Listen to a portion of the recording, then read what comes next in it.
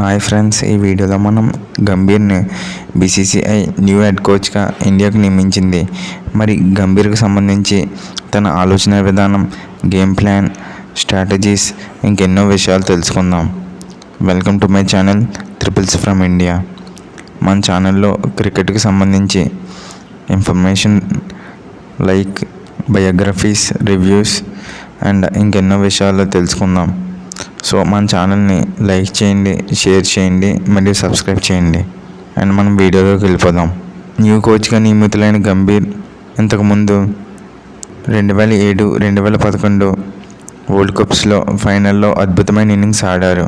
మరి అంతటి అనుభవం ఉన్న గంభీర్ 2012, 2014 ఐపీఎల్ సీజన్లో కేకేఆర్కు కప్పు గెలిపించారు. అంతేకాకుండా 10 సంవత్సరాల తర్వాత 2024లో మెంటర్గా కేకేఆర్కు కప్పు తెచ్చిపెట్టారు. మరి దీని కారణంగా గంభీర్ను కోచ్గా నియమించారా? ఇంకెన్నో కారణాలు ఉన్నాయి. ఇదొకటే కారణం కాదు. అవేంటో మనం తెలుసుకుందాం. దానికి ముందుగా మన గంభీర్ హెడ్ కోచ్గా పెట్టిన 5 కండిషన్స్ ఏమిటో తెలుసుకుందాం. గంభీర్ 5 కండిషన్స్ మీద కోచ్గా బాధ్యతలు స్వీకరించారు. అవి మొదటిది, క్రికెట్కి సంబంధించి ఫుల్ ఇన్వాల్వ్మెంట్ తనకే ఉండాలని, బీసీసీఐ ఎటువంటి ఇన్వాల్వ్మెంట్ ఆర్ ప్రెజర్ ఉండకూడదని చెప్పారు. ఇంకా రెండవది, సపోర్ట్ స్టాఫ్ సెలక్షన్లో తనకు నచ్చిన వాళ్ళనే తీసుకుంటానని చెప్పారు.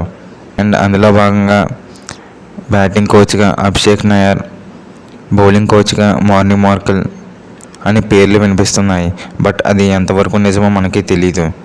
ఇంక మూడవది, potential dropping of senior players. అంటే senior players ICC Champions Trophy 2025లో పెర్ఫార్మెన్స్ కనుక కనబరచకపోతే వాళ్ళని కూడా డ్రాప్ చేసే అవకాశం ఉందని, తనకు ఫుల్ రైట్స్ ఉన్నాయని చెప్పారు. అండ్ నాలుగవది, ఏ ఫార్మాట్కి ఆ ఫార్మాట్ అంటే T20 అండ్ ODI టెస్ట్కి సంబంధించి సపరేట్ టీమ్ ప్లేయర్స్ కావాలని అండ్ సపరేట్గా టీంని వరల్డ్ కప్కి తయారు చేయాలని తన ఆలోచన విధానం తెలియజేశారు. అంతేకాకుండా టెస్ట్కి సంబంధించి ఐసీసీ వరల్డ్ టెస్ట్ ఛాంపియన్షిప్ 2025కు సపరేట్ టీం తయారు చేయాలని తెలియజేశారు. గంభీర్ కోచ్గా నియమితులవడానికి గల కారణం తన యొక్క వ్యక్తిత్వం. ఎప్పుడు కూడా తను స్ట్రిక్ట్గా ఉంటారు. అంతేకాకుండా యంగ్ ప్లేయర్స్ని ఎంకరేజ్ చేస్తూ ది బెస్ట్ అని బయటకు తీస్తారు. అంతేకాకుండా గంభీర్ ఎప్పుడు కూడా ఫియర్లెస్ క్రికెట్ మరియు బిలీవ్ ఇన్ యువర్ సెల్ఫ్ వాక్యాలను బాగా నమ్ముతారు. తన యొక్క క్రికెట్ జర్నీలో ఎప్పుడు కూడా కీలకమైన సమయంలో తను ఎప్పుడు టీంని ఆదుకుంటూ వచ్చారు. మరి అటువంటి గంభీర్కు ఇండియా సరైన గౌరవం ఇవ్వలేదు.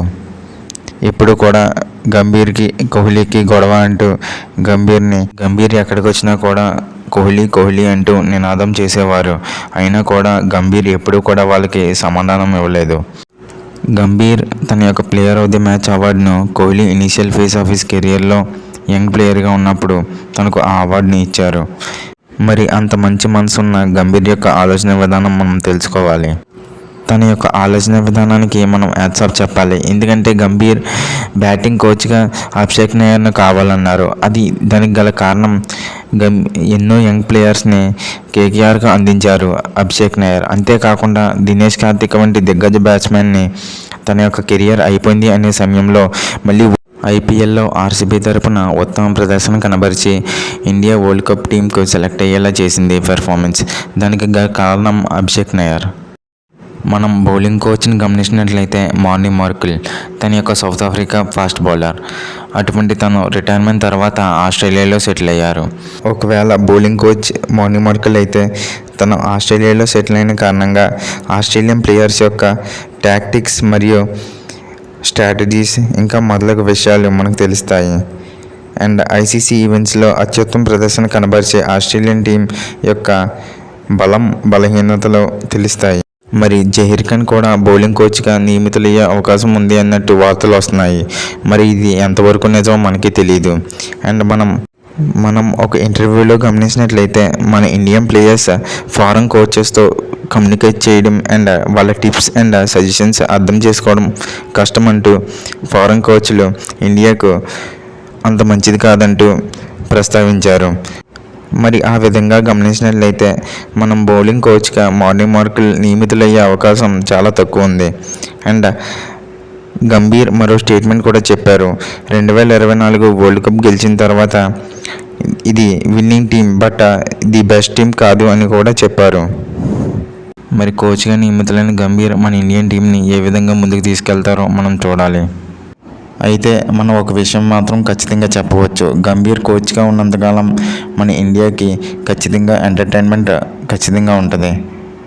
అండ్ నేను ఇచ్చిన ఇన్ఫర్మేషన్ మీకు నచ్చినట్లయితే లైక్ చేయండి, షేర్ చేయండి, సబ్స్క్రైబ్ చేయండి. Thank you friends.